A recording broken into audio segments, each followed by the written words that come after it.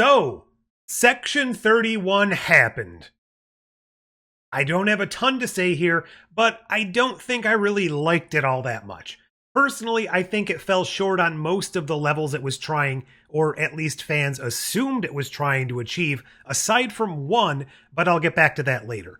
As a continuation of the story from Star Trek Discovery, it did a pretty weak job. I know this was whittled down from a full series, but instead of giving us anything substantial, we pretty much just got a somehow Giorgio returned moment before just moving right along. And it also failed to provide a solid look at the current state of Section 31. Now, despite my general dislike for the organization, at least existing in the present era of Trek, this film did little to explore its current iteration, and if anything, it undermined Discovery's entire premise of moving to the future, as it looks like Control is just still around. But aside from the cameo of the new Control, it didn't really amount to so much, so who knows how all that really works. It also didn't do anything towards retooling Section 31 from the out-in-the-open thing it was back in the day to the clandestine undercover secret thing in DS9 nobody knew about. I know most of that was fan conjecture, but it would have been nice to at least see some momentum to move it into that sort of a gray area. And similarly, the movie struggled to provide any clear sense of where things are in the timeline. Now, we can piece it together through context, small bits of dialogue, and which characters appear, but it definitely lacks a definitive feeling. Now, before I get too negative, let's talk about something I was pleasantly surprised by: the main team. They turned out to be better characters than the pre-release marketing suggested. I always figured that I'd like Quasi because I do enjoy Sam Richardson, and it seemed like he was going to be the comic relief / interesting but rarely seen classic species. Well, he did fit that role, and I did enjoy him for the most part. In true Marvel, and especially Guardians of the Galaxy fashion, every damn character was made the comic relief, outside of, I guess, Alak and maybe San. On the flip side, I expected to absolutely hate and despise Fuzz, not that I knew that was his name at the time. On the promotional material, he looked like a Lonely Island parody of a Vulcan. Thankfully, his character ended up being one of the more intriguing elements, introducing new mythology and twists. Now, that said, his whole shtick felt like it belonged more in Men in Black or Doctor Who rather than Trek. Still, I did prefer this version over just having a quirky, emotional Vulcan. I can't say I hated any of the rest of the main team. Some were better than others, and they all served the story's purpose. However, a few things did bother me. First, the overuse of modern slang. While I can excuse it for a group of outsiders and non-Starfleet characters, it does feel jarring coming from a by-the-book Starfleet officer like Rachel Garrett. Chaos is my friends with benefits. Just took me out of the immersion. I'd prefer this kind of humor to be reserved for moments like Star Trek IV's Double dumbass on you! or First Contact's I gotta take a leak. I'm not detecting any leak. Don't you people from the 24th century ever pee? things where future characters are confused by contemporary language. Similarly, Garrett and others constantly mentioning her ambition to make captain just felt overdone. One reference would have been a fun nod, maybe once and then a callback at the end, but several just felt really excessive.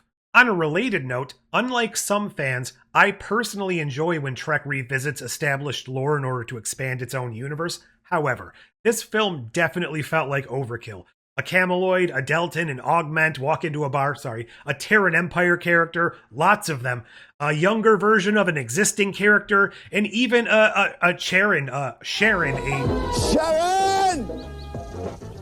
It was a lot.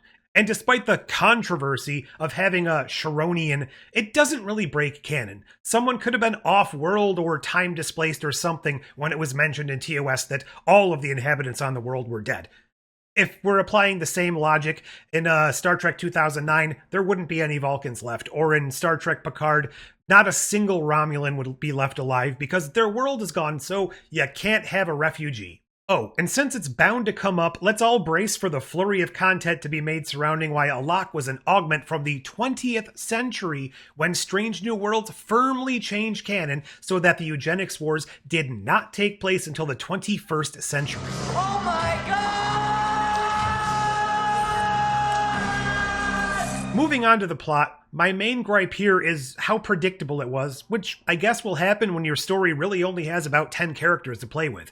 The twists were easy to guess. The masked villain was always going to be the only new character introduced early on with an emotional connection to Giorgio. The mech suit was obviously going to be hijacked by the one character established as capable of leaving their own body in order to take over tech undetected. And yes, they were always going to use a random children's toy to defeat the bad guys. Alright, maybe not that last one. This predictability was exacerbated by the overuse of flashbacks within the same movie. I get that modern content assumes viewers aren't paying full attention or are otherwise brain-addled, being ruined by TikTok and things like that, but repeatedly hammering plot points just robs them of intrigue, so thanks for that memo, Netflix. And of course, the stakes had to be quadrant and possibly even reality ending. Why would they go with something more subtle and character-driven? That said, as I did mention earlier, the film did succeed in one area, that was providing closure for Giorgio's arc. Whether or not she truly earned that redemption, the movie does reconcile her journey much more fully. And had this been a full series, it just might have felt more earned and nuanced. The ending seems to imply potential for a continuation, but given the reception and Michelle Yeoh's limited availability, that seems unlikely. Ultimately, Trek has had its fair share of subpar episodes and movies, but the real downside here isn't just the content, it's the lessons Paramount and Skydance and whoever the heck will likely take from it. They'll probably conclude that it failed due to the new Trek Discovery hatred, or that there's just no appetite for long-form Trek movies on their streaming platform, completely missing the point entirely and failing to give fans what they've actually been asking for in things like a continued Lower Decks movie, or even a legacy feature if that series isn't greenlit.